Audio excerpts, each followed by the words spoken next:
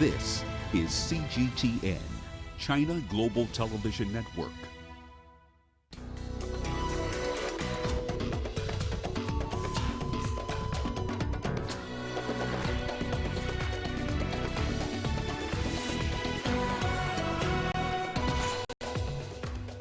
U.S. President Donald Trump experiencing mild symptoms after testing positive for COVID-19. Uganda turns to home-based care for mild coronavirus cases amid dwindling space in hospitals. And Sudan's transitional government gears up for final peace deal with several armed groups. Hello and thank you for joining us on Africa Live. I am Peninah Karibe, and joining me with the business headlines is Uche. Thanks, Peninah. And here's a look at what's coming up on Africa Live Bit. China and Egypt set up an economic cooperation committee to boost trade ties between them. And Nigerians brace for fuel price hikes despite protests to oppose them. Of course, all that are coming up within the program. For now, it is back to you. Thank you, Uche. A White House official says U.S. President Donald Trump is experiencing mild symptoms of COVID-19 after he and his wife tested positive. The two are in isolation inside the White House, and his doctor says he's doing well. The Vice President and Secretary of State have both tested negative for the virus, but this comes after top White House advisor Hope Hicks also tested positive. She traveled with the Trump several times this week, including a trip to Cleveland for the presidential debate and to a rally in Minnesota. Well, a day before announcing he had contracted COVID-19, President Trump appeared to be engaging in risky behavior at a campaign rally. He tossed two campaign baseball caps into a crowd at a rally in Dallas, Minnesota. The venue was filled with hundreds of supporters. The president was holding them with his bare hands, and at least one of the caps is suspected to have been picked up by the crowd. Trump was not wearing a face mask at the rally, where he addressed fellow Republicans on Wednesday. Thousands of people have been attending his campaigns in recent weeks. This comes amid warnings from public health professionals against gathering of large crowds. To get the latest on Trump's medical condition, let's now speak to our Washington correspondent, Giles Gibson. Giles, what's the latest on Trump's medical condition after he tested positive for COVID-19? Well, the president's personal physician has said that he is confident that President Trump can keep on carrying out his duties while he's recovering from COVID-19 and while he is isolating with the First Lady Melania Trump at the White House. But look, President Trump is 74 years old. He is certainly in a higher risk category. Here in the United States, if you're aged between 64 and 74, you are 5 times more likely to require hospital treatment if you contract COVID-19. Of course, President Trump met his Democratic rival Joe Biden for a rally on Tuesday night this week. Although they didn't actually interact too closely, they didn't shake hands. Joe Biden has had a test, a coronavirus test, in the wake of this announcement by the White House, and that test in the last couple of hours has come back negative. Giles, in terms of the U.S. leadership structure, who's in line to take charge in case Trump becomes indisposed or unable to discharge his duties as president?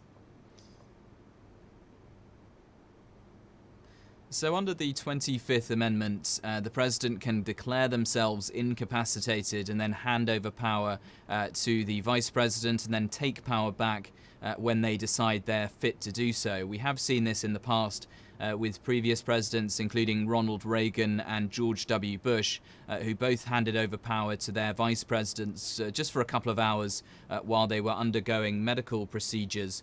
If both the president and the vice president are incapacitated, the next person in line is the Speaker of the House. And of course, at the moment, that's a Democrat, Nancy Pelosi. But I have to say at this stage, we are still a very long way away from that sort of a scenario playing out here in Washington. How is this development, Giles, likely to impact observance of COVID-19 safety measures in the U.S., such as wearing of masks in public places? Well, I just mentioned the Speaker of the House, Nancy Pelosi, and part of her reaction to this news from the White House has been to make that exact point. She said, hopefully this will be a message to the rest of the country.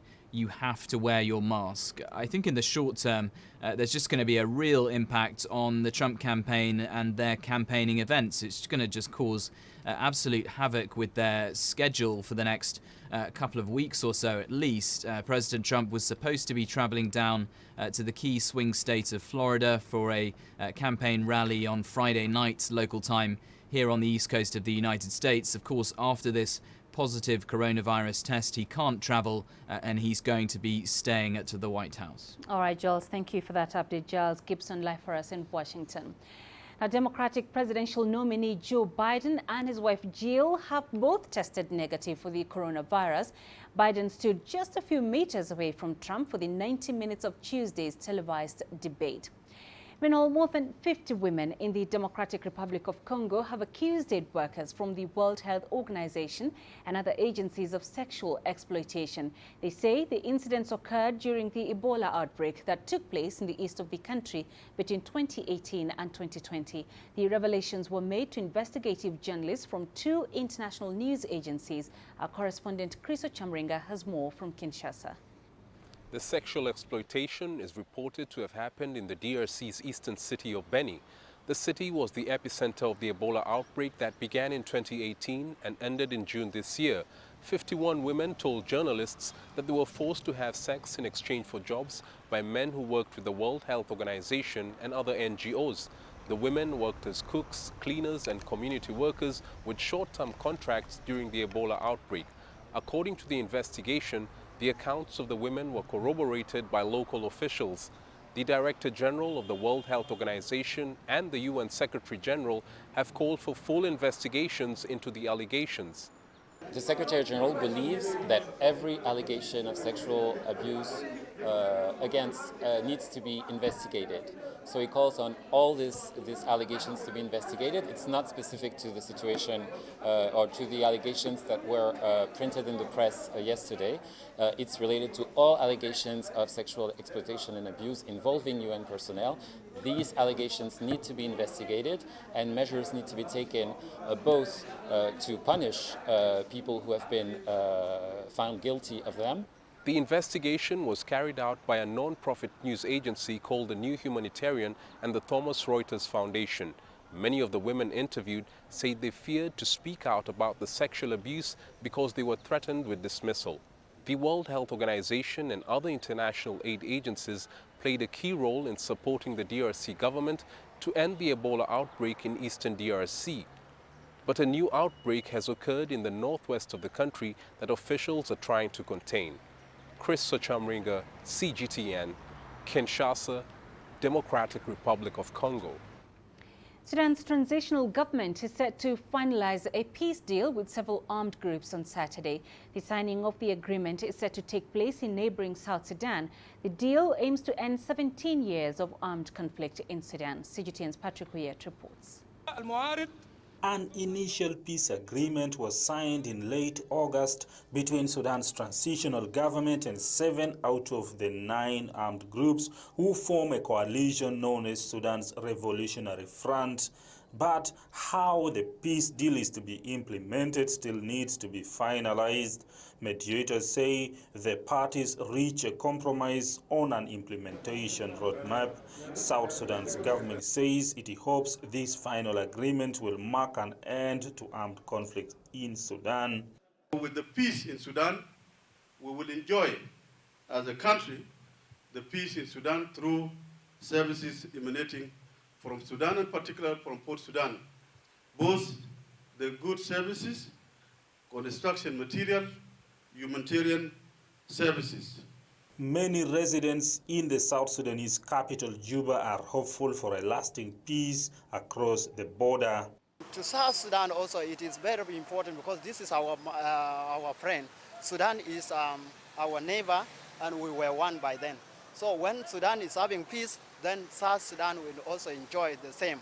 And it is very important for our politicians to understand the suffering of the people. And if they understand the suffering of the people, then they will unite and bring peace into these 2 countries. Sudan's transitional government says its priority is to peacefully end armed conflict in the country.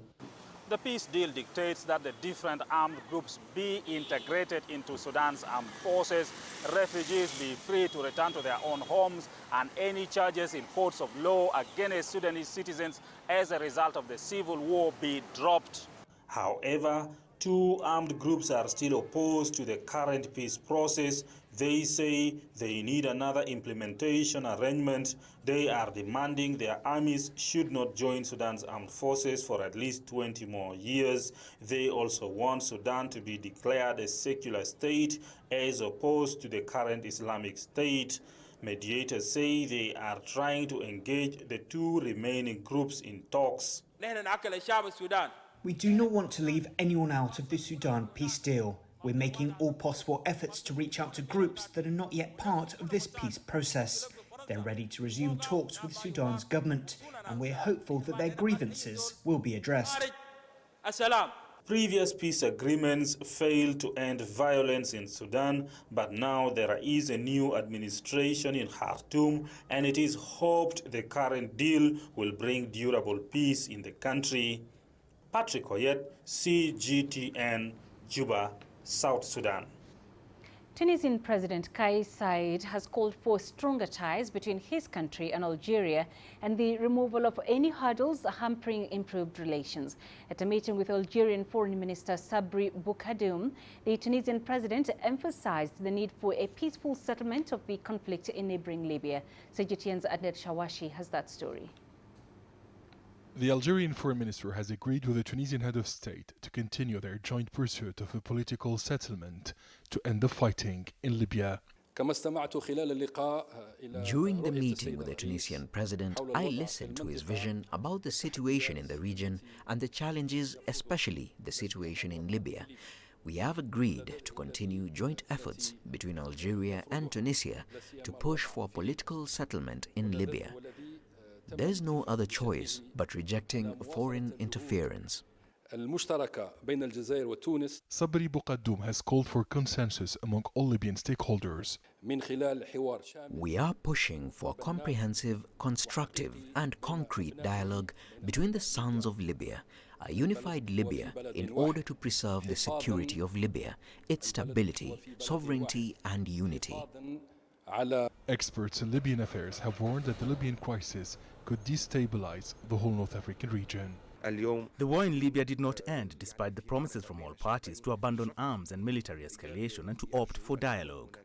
There are very many foreign powers interfering in the Libya conflict.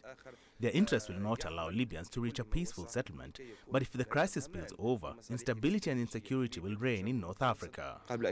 Tunisian Foreign Minister Othman Jarandi says the security in Tunisia and Algeria is interlinked with the stability of Libya. As a member of the United Nations Security Council, Tunisia continues to contribute to the international efforts to consolidate international peace. The head of state insists on Tunisia's firm commitment to help Libyans reach a comprehensive political settlement through an inter-Libyan dialogue under a UN-led process. Adnan Shawashi, CGTN, Tunis. Over in Uganda, hospitals are running out of space for COVID-19 patients, forcing the government to manage some mild cases through home care. The country recently opened a temporary treatment facility at a sports stadium, but it has already been filled with patients. Coronavirus cases have surged in the country over the past month after the government further eased lockdown measures. CGTN's Peninah Karibe reports. Dr. Fiona Atuhebwe is one of thousands of health workers that contracted COVID-19. The wearing of masks hadn't been prioritized when she got sick in March, and Fiona believes she caught the virus because she didn't have a mask on. Fiona is the in charge of vaccines at the WHO regional office in Brazzaville, Congo.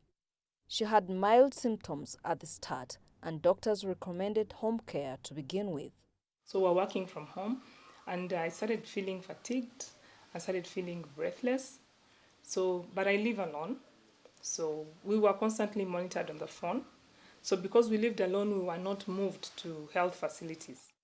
But her condition quickly changed into severe after a week. With no intensive care facilities in Brazzaville, her life was at risk. Fiona says she had difficulties in breathing and had to be evacuated to a hospital in Germany. I had severe headaches by then. Now I developed severe headaches. I would develop severe muscle cramps at night. My kidneys were the most affected. So, but they were so good because ICU is ICU. Somebody's there to check on you every single minute. They were doing tests every 30 minutes, doing x-rays all the time. The WHO warns that isolation at home should be allowed for only patients with mild symptoms, and the patient should be monitored regularly. Uganda is now asking COVID-19 patients with mild symptoms to receive home care after it ran out of hospital beds. But not many people in Uganda have enough space in their homes to prevent transmission to the rest of the family. COVID-19 cases in Uganda are nearing the 10,000 mark, and the government is putting emphasis on individual responsibility. They are encouraging social distancing, washing hands, and the wearing of masks. Fiona was able to isolate at home because she lives alone, which is not possible for many disadvantaged people in Uganda. Home-based isolation will be granted to individuals and families who are able to properly isolate following the standard operating procedures, while ensuring that their loved ones are protected and are safe. The government says so far 530 health workers have been infected and 6 have died of COVID-19 in the country. Health workers have been asked to take extra precautions to ensure their safety. Fiona is now free from COVID-19 and still practices social distancing by working from home. Isabel Nakiria, CGTN Kampala, Uganda. Revisiting our top story, leaders around the globe have been sending in messages of consolation to the United States President Donald Trump. This is following his announcement on Twitter that he and his wife Melania Trump have been diagnosed with the coronavirus and are now self-isolating. Let's take a look. The development came after Hope Hicks, one of President Trump's closest aides, tested positive for COVID-19. Leaders around the world took to social media to send messages of support to the U.S. president. Democratic candidate Joe Biden wished Trump a swift recovery after their heated presidential debate. Biden's running mate Kamala Harris joined him in wishing Trump and the First Lady a full and speedy recovery. Russia's President Vladimir Putin sent a message of encouragement over the diagnosis, and Canada's Prime Minister Justin Trudeau wished that the couple get well soon and have a full recovery from this virus.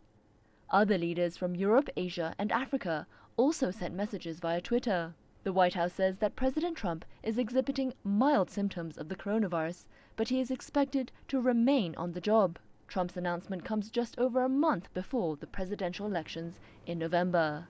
Daniela Pearson, CGTN. This is Africa Live. Time for us to take a quick break. Still ahead on the program. Nigerians celebrate their country's 60th Independence Day with high hopes of a bright future. And South Africa seeks to reduce pollution through adoption of renewable energy.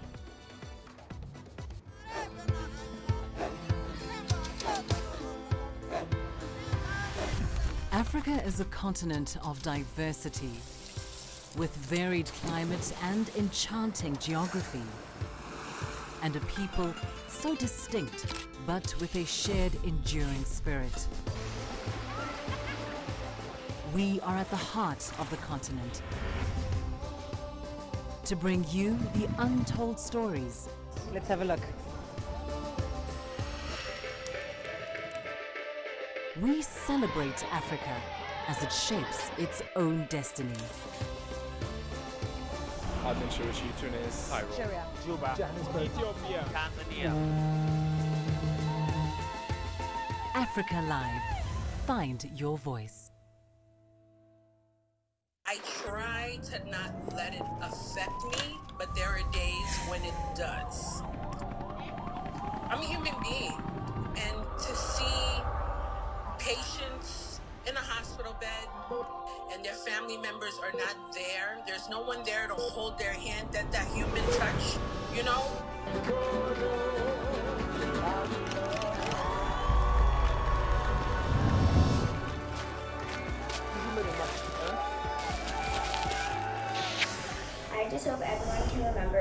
situation that is not permanent and that everything will get better eventually.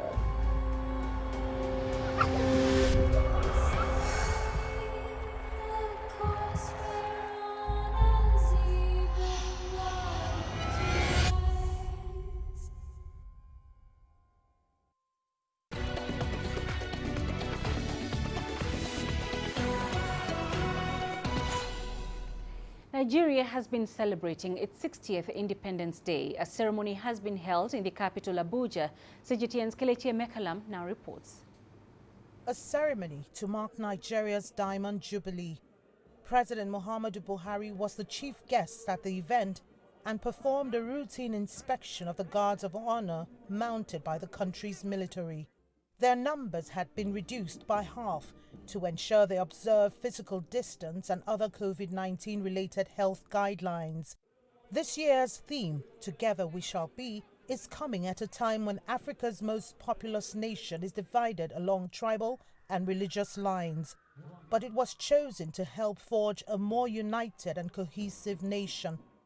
Our culture is actually very rich, and we believe very strongly that allowing everyone to voice out his cultural content, it helps us to be stronger in unity. We can achieve this unity by integrating ourselves and respecting one another, and also respecting our differences, be it differences of religion or differences of tribe or differences in how we look.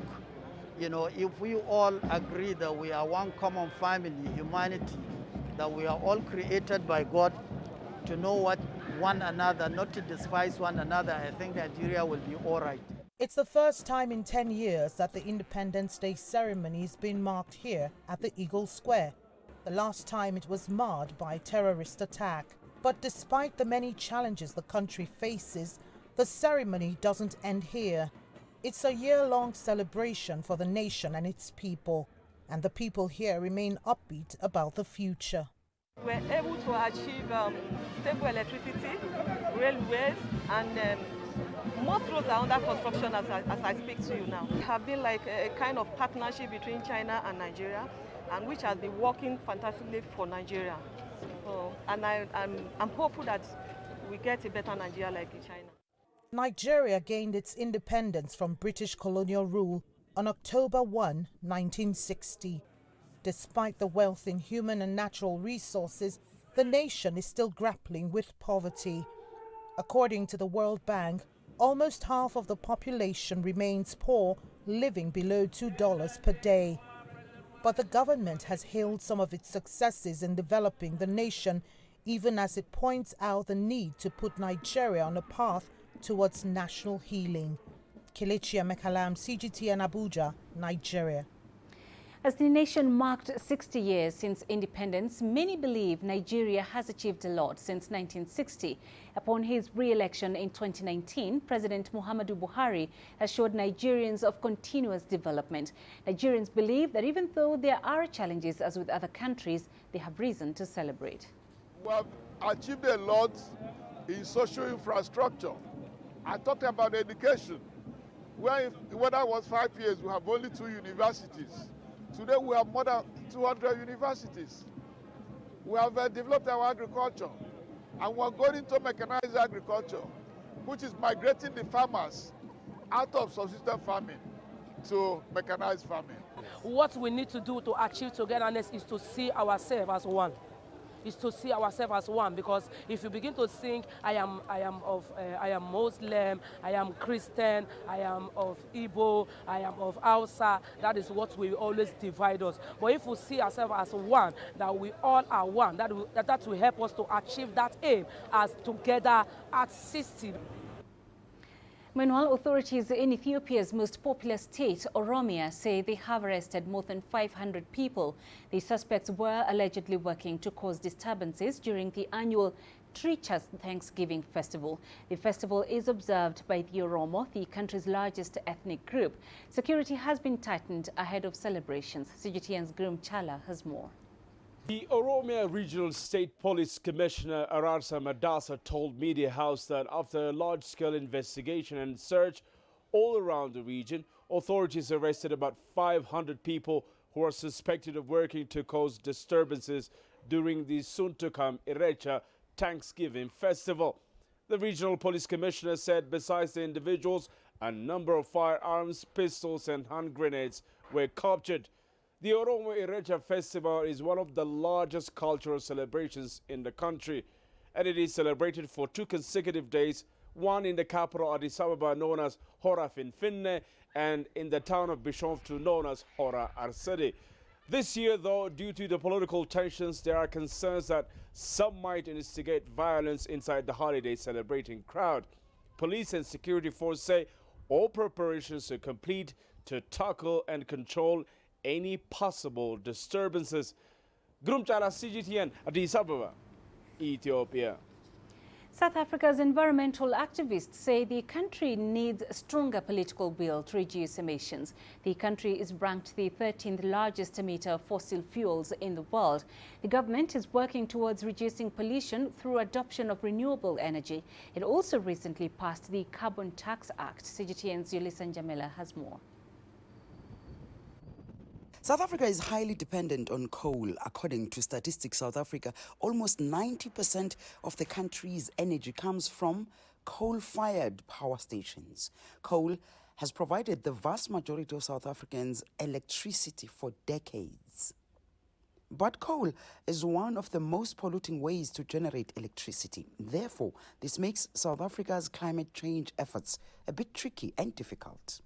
South Africa's President Cyril Ramaphosa and his cabinet recently announced plans for a major shift away from coal and expansion of renewables.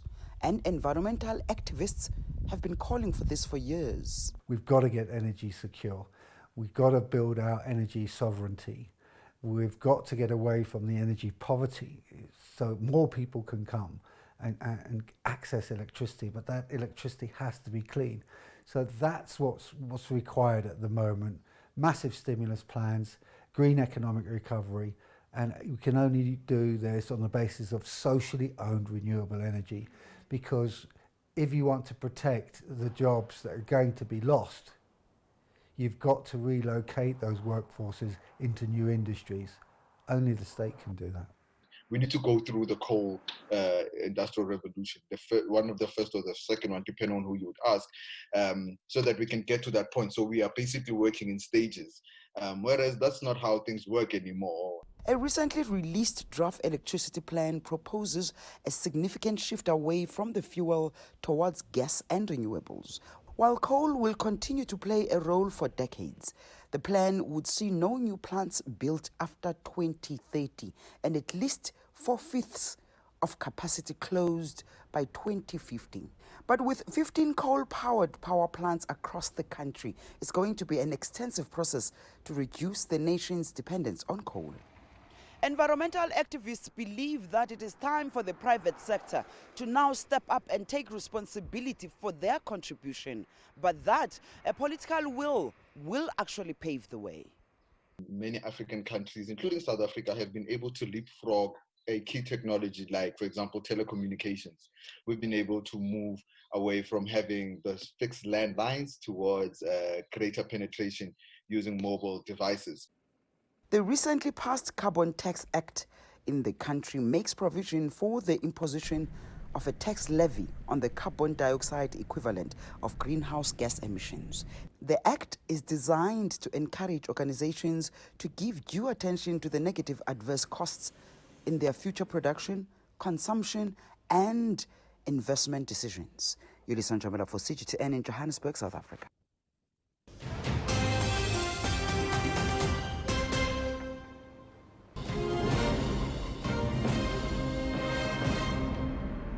Let's now recap our top stories. A White House official says U.S. President Donald Trump is experiencing mild symptoms of COVID-19. After he and his wife tested positive, they are now in isolation inside the White House. The Vice President and Secretary of State have both tested negative for the virus. More than 50 women in the Democratic Republic of Congo allege they were sexually exploited by aid workers from the World Health Organization and other agencies. They say the incidents occurred during the Ebola outbreak that took place in the east of the country between 2018 and 2020. And Sudan's transitional government is set to finalize a peace deal with several armed groups on Saturday. The signing of the agreement is set to take place in neighboring South Sudan.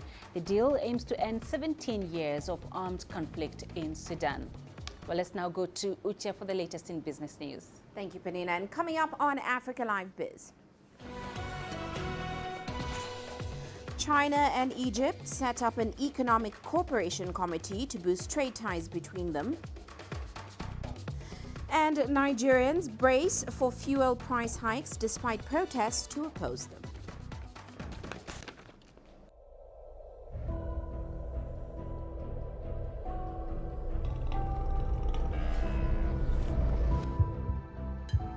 It's just taken me completely out of my depth, but at the same time it's exciting.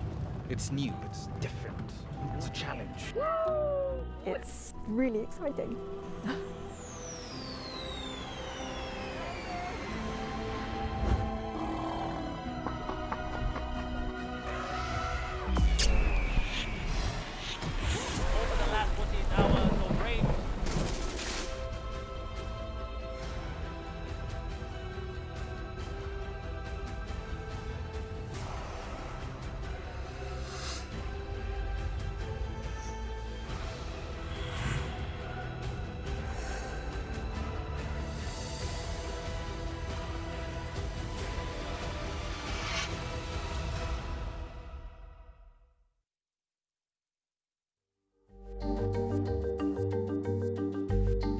Africa Live.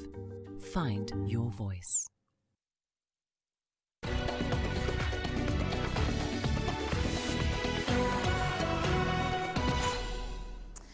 Now, China and Egypt have set up a joint economic cooperation committee to boost bilateral trade.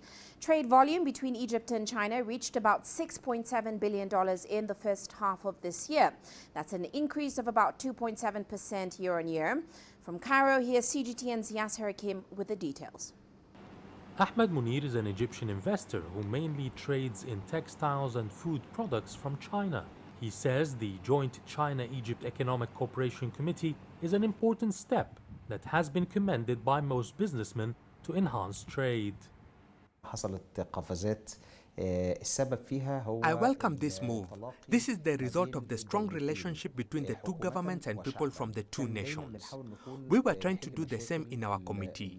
We were meeting with investors and proposing ideas to officials on how to facilitate procedures for business to open shop and operate in Egypt without problems. But the newly formed committee by the two governments will be more effective and quicker in solving problems that face Chinese investors. Egypt is a founding member of the Silk Road Initiative and had signed several free trade agreements that opened the door for exporting tariff-free products to markets in Africa and the Middle East. These attributes attract Chinese investors to the North African country. I think that the last 3 years is like the top destination for investment in Africa. So I think that Egypt has excellent conditions. You have very good infrastructure, like you have sufficient electricity. You have the transportation network very good developed, and also all the ports. You have the many ports that can connect the rest of the world. But there have been some hiccups that need quick intervention. The newly set up committee has been tasked to lift all hurdles facing Chinese companies and ensure investments keep flowing. We think there's also very big room for the improvement of the investment climate in Egypt. We have some the very big problem with the particular companies because the administration works, because the policy the regulation, the modification, the process is very, very slow. We have also the investors facing the problems for the very slow and uncertain approval for the working visas, and also for the registration of the companies. Officials here say these issues will top the agenda of the joint committee meetings and would be solved promptly based on the facilities included in a new investment law ratified recently. Meanwhile, businessmen like Munir hope the joint committee would pursue other missions as well that are equally important. The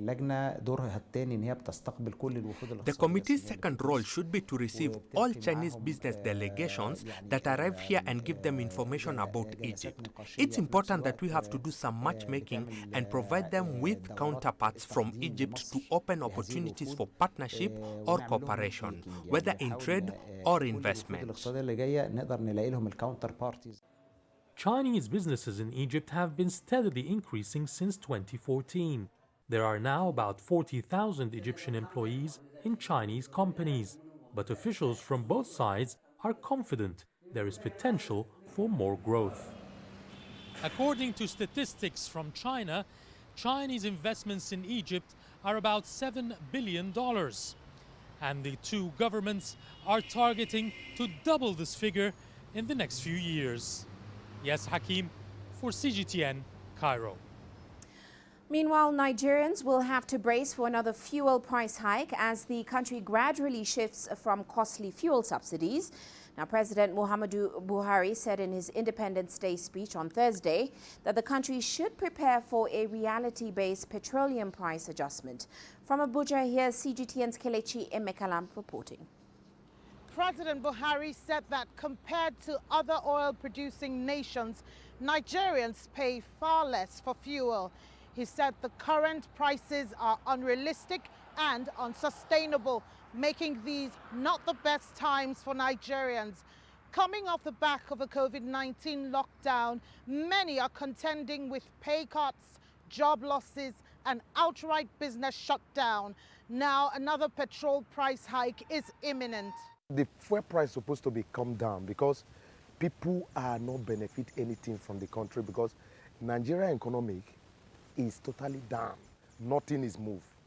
And this is not the yet for the fuel price supposed to be increased because, number one, no business is moving. I think they should at least change the policy for now because it's actually affecting the masses. And the masses have been crying about this thing, but they really have to do something about it. Crude oil is the country's lifeline, accounting for nearly 90% of its export earnings and about 80% of its revenue. But the West African nation has not been reaping its full benefits due to the dwindling prices. Its income has shrunk by 60%. The refineries too are aged and do not function at optimum capacity. For now, the national labor unions kicking against any increases. They've threatened to proceed on a nationwide protest and strike. Kelechi Emekalam, CGTN Abuja, Nigeria. And let's head to South Africa now. The country has reopened its international borders for the first time in over 6 months. All international travel into the country was stopped back in March when President Cyril Ramaphosa announced a hard lockdown in order to curb the spread of COVID-19. Well, CGTN Sumitra Naidu visited OR Tambo International Airport in Johannesburg on Thursday to see the first arrivals aboard a Lufthansa flight. It was a day of emotions as some excited South Africans returned home. We are originally from South Africa, but we've been living in Ireland for the last 4 years. And we recently had a baby, and our family couldn't travel to meet him. I think the baby is very happy to touch homeland.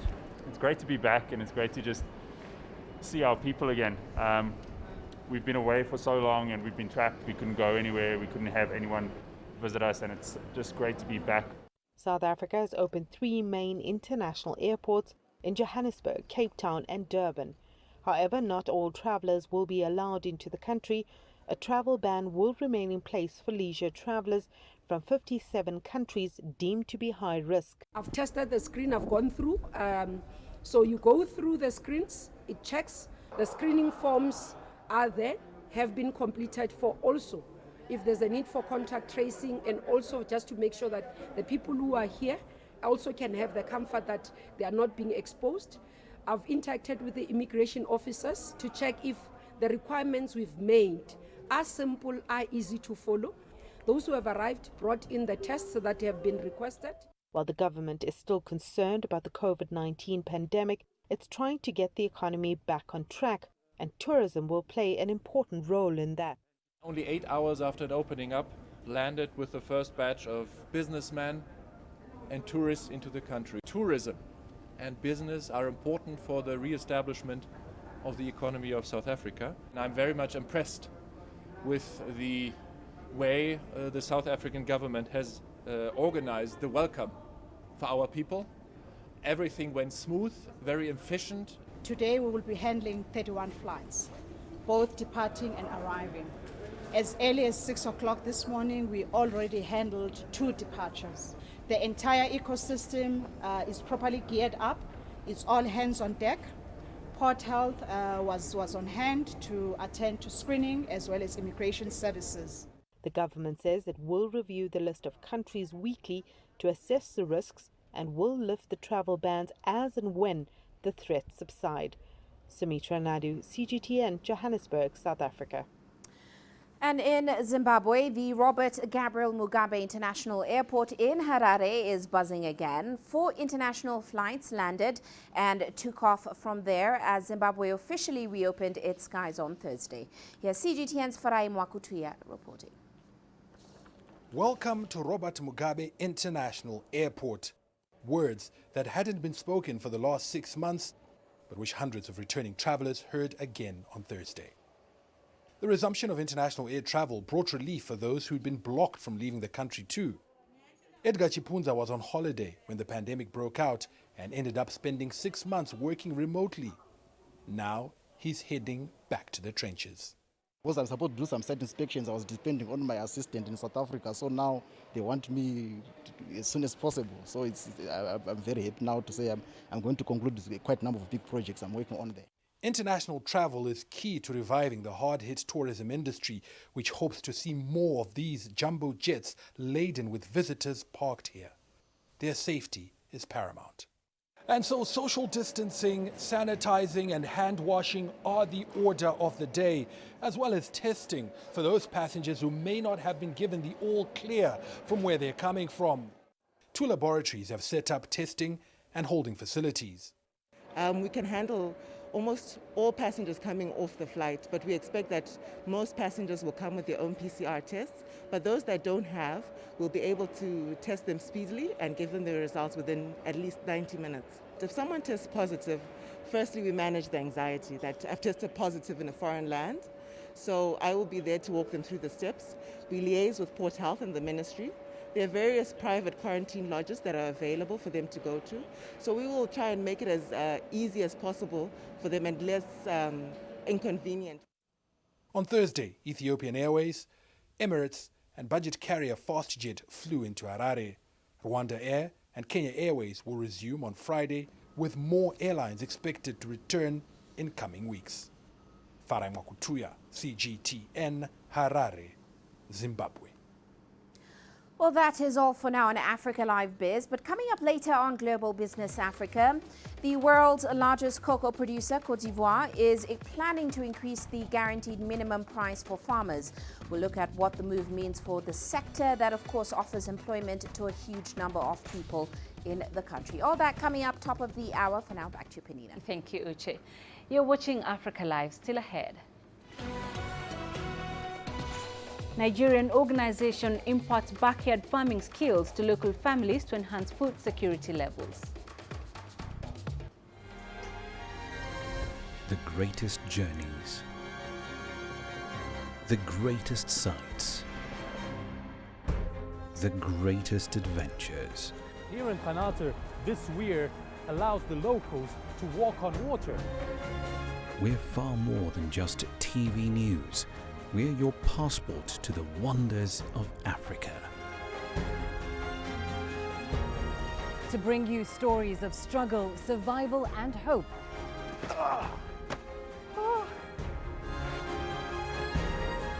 So let's explore.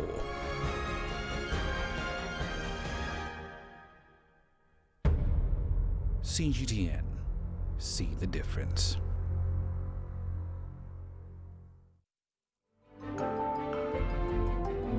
Africa Live. Find your voice.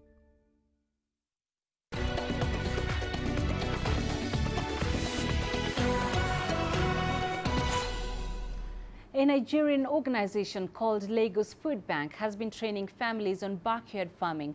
Challenges of hunger and malnutrition continue to persist in Africa's most populous nation. Insecurity, rising inflation and climate change have fueled food shortages. CGTN's Kelechi Mekalam has more details. Christiana Agboy is tending to her backyard farm, her newfound passion. The widow and mother of 5 lost her only source of livelihood during the COVID-19 lockdown. She has benefited from a family farming program and intensive training on backyard farming. Now she rears snails, runs a poultry, and cultivates vegetables for business and personal consumption.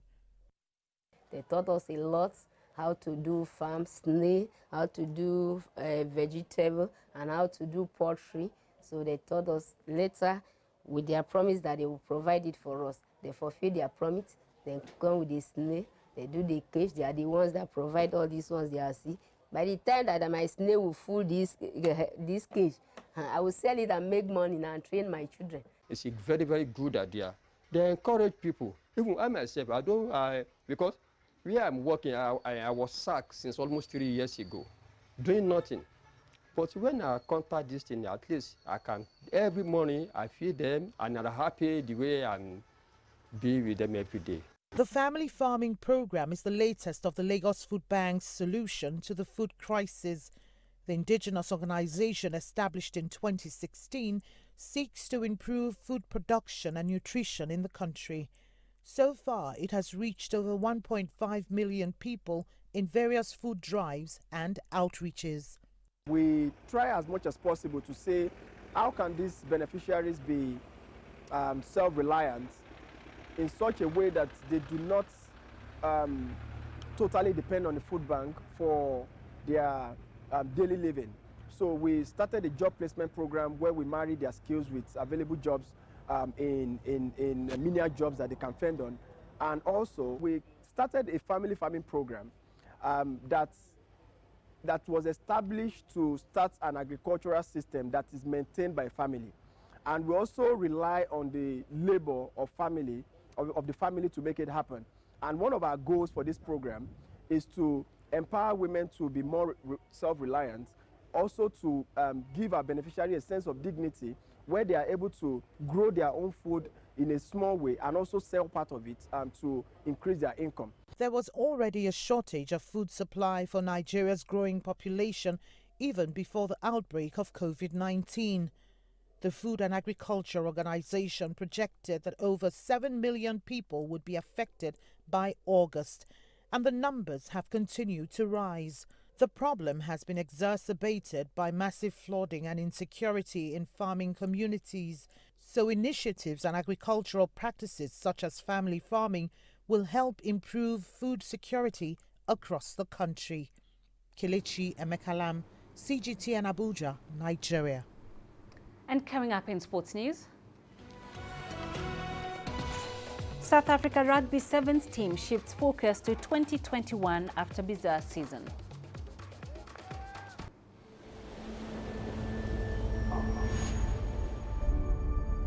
How would you create your legend? On the fields, on the tracks, in the arenas of Africa. Were you born to be a player? Could this moment be yours?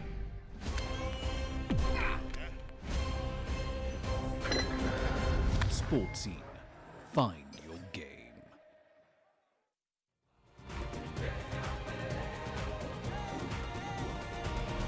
Africa Live. Find your voice.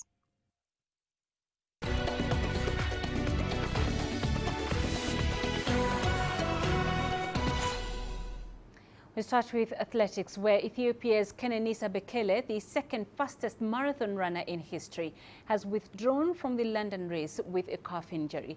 Bekele said the injury was a result of having 2 training sessions close together. The 38-year-old's withdrawal is a huge blow to organizers who had hoped to host a showdown between Africa's best marathoners. Bekele's departure leaves Kipchoge better placed to win his 5th London Marathon title. I have bad news. I will not race on Sunday because I've tried my best to solve it. I had 2 weeks ago some minor injuries. We had really good training, and more or less in end of the 2 weeks I really pushed a little bit